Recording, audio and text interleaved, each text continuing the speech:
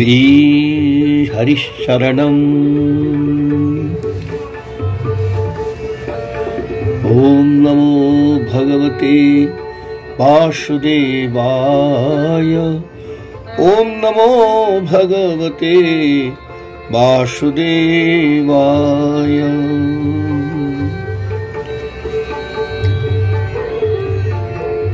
पराशर नंदन भगवान वेदव्यास जब सम्यक प्रास क्षेत्र में बैठे हुए थे, तब देवर्षि नारद आ पहुंचे और उनको प्रशंसा करते हुए बोल रहे हैं कि हे पराशर नंदन, आप वेद को विभाजन करते हुए महाभारत आदि 18 पुराण रचना करके संसार को बहुत उपकार किए हैं। इसके उत्तर में वेदव्यास भगवान बोल रहे हैं, वैसा होने पर भी हे देवर्षि, मेरा हृदय संतुष्ट नहीं है। पता नहीं इसका क्या कारण है। आपका ज्ञान अगाध है, आप साक्षात ब्रह्मा जी के मानस पुत्र हैं, इसीलिए मैं आपसे ही इसका कारण पूछता हूँ। नारद जी, आप समस्त गोपनीय रहस्यों को जानते हैं, क्योंकि आपने उन पुराण पुरुष की उपासना की है, जो प्रकृति पुरुष दोनों के स्वामी हैं और असंग रहते हुए भी अपने संकल्प मात्र से गुणों के द्वारा संसार की सृष्टि, स्थिति और प्रलय करते रहते हैं। आप सूर्य की भांति तीनों लोक में भ्रमण करते रहते हैं और योग बल से प्राण वायु के समान सबके भीतर रहकर अंतःकरणों को साक्षी भी हैं। योगानुष्ठान और नियमों के द्वारा परब्रह्म और शब्द ब्रह्म दोनों की पूर्ण प्राप्ति करने पर भी मुझ में जो बड़ी कमी है, उसे आप कृपा करके बतलाइए। नारद जी ने कहा, व्यास जी, आपने भगवान के निर्मल जस का गान प्राय नहीं किया। मेरी ऐसी मान्यता है कि जिससे भगवान संतुष्ट नहीं होते, वो शास्त्र या ज्ञान अधूरा है। आपने धर्म आदि पुरुषार्थों का जैसे निरूपण किया है, भगवान श्री कृष्ण की महिमा का वैसे निरूपण नहीं किया है। जिस वाणी से, चाहे वो रसभाव अलंकार आदि से युक्त ही क्यों न हो, जगत को पवित्र करने वाले भगवान श्री कृष्ण के जस का कभी गान नहीं होता। वो तो कौओं के लिए उच्छिष्ट फेंकने के स्थान के समान अपवित्र मानी जाती है। काक तीर्थ बोलते हैं। मानस सरोवर के कमनीय कमल वन में विहरने वाले हंसों की भांति ब्रह्मधाम में विहार करने वाले भगवत चरणारविंद आश्रित परमहंस भक्त कभी उसमें रमण नहीं करते।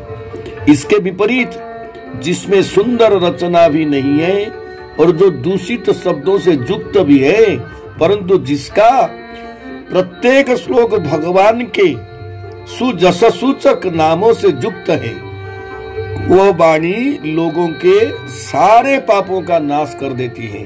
क्योंकि सत्पुरुष ऐसे ही वाणी का श्रवण, गान और कीर्तन किया करते हैं। वह निर्मल ज्ञान भी, जो मोक्ष की प्राप्ति का साक्षात साधन है, यदि भगवान की भक्ति से रहित हो तो उसकी उतनी ही शोभा नहीं होती। फिर जो साधन और सिद्धि दोनों ही दशाओं में सदा ही अमंगल रूप है, वह काम्य कर्म और जो भगवान को अर्पण नहीं किया गया है, ऐसा निष्काम कर्म भी कैसे सुशोभित हो सकता है।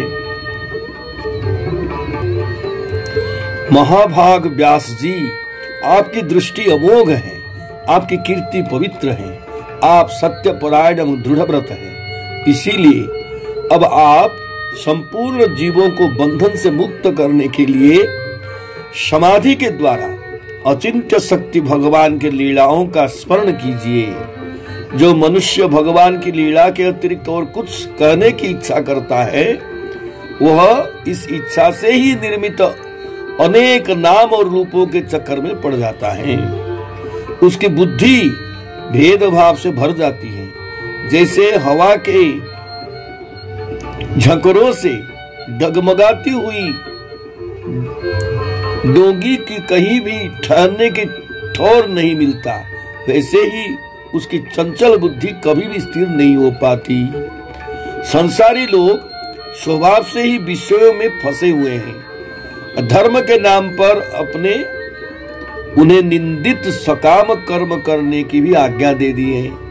यह बहुत ही उल्टी बात हुई, क्योंकि मूर्ख लोग आपके वचनों से पूर्वोक्त निंदित कर्मों को ही धर्म मानकर, यही मुख्य धर्म है ऐसा निश्चय करके उसका निषेध करने वाले वचनों को ठीक नहीं मानते। भगवान अनंत हैं। कोई विचारवान ज्ञानी पुरुष ही संसार की ओर से निवृत्त होकर उनके स्वरूपभूत परमानंद का अनुभव कर सकता है। अतः जो लोग पारमार्थिक बुद्धि से रहित हैं और गुणों के द्वारा नचाए जा रहे हैं, उनके कल्याण के लिए ही आप भगवान की लीलाओं का सर्वसाधारण के हित की दृष्टि से वर्णन कीजिए। जो मनुष्य अपने धर्म का परित्याग करके भगवान के चरण कमलों का भजन सेवन करता है, भजन परिपक्व हो जाने पर तो बात ही क्या है। यदि इससे पूर्व ही उसका भजन छूट जाता है तो क्या कहीं भी उसका कोई अमंगल हो सकता है क्या? परंतु जो भगवान का भजन नहीं करते और केवल स्वधर्म का ही पालन करते हैं, उन्हें कौन सा लाभ मिलता है? बुद्धिमान मनुष्य को चाहिए कि वह उसी वस्तु की प्राप्ति के लिए प्रयत्न करे जो तिनके से लेकर ब्रह्म पर्यंत समस्त ऊंची नीची योनियों में कर्मों के फलस्वरूप आने जाने पर भी स्वयं प्राप्ति नहीं होती। संसार के विषय सुख तो जैसे बिना चेष्टा के दुख मिलते हैं, वैसे ही कर्म के फल रूप में अचिंत्य गति समय के फेर से सबको सर्वत्र स्वभाव से ही मिल जाते हैं। हे व्यास जी, जो भगवान श्री कृष्ण के चरणारविंद का सेवक है, वो भजन न करने वाले कर्मी मनुष्यों के समान दैवात कभी बुरा भाव हो जाने पर भी जन्म मृत्यु मय संसार में नहीं आता। वह भगवान के चरण कमलों के आलिंगन का स्मरण करके फिर उसे छोड़ना नहीं चाहता। उसे रस का चस्का जो लग चुका है, जिनसे जगत की उत्पत्ति स्थिति और प्रलय होते हैं, वे भगवान ही इस विश्व के रूप में भी हैं। ऐसा होने पर भी इससे विलक्षण है। इस बात को आप स्वयं जानते हैं, तथापि मैंने आपको संकेत मात्र कर दिया है। हे व्यास जी, आपकी दृष्टि अमोघ है।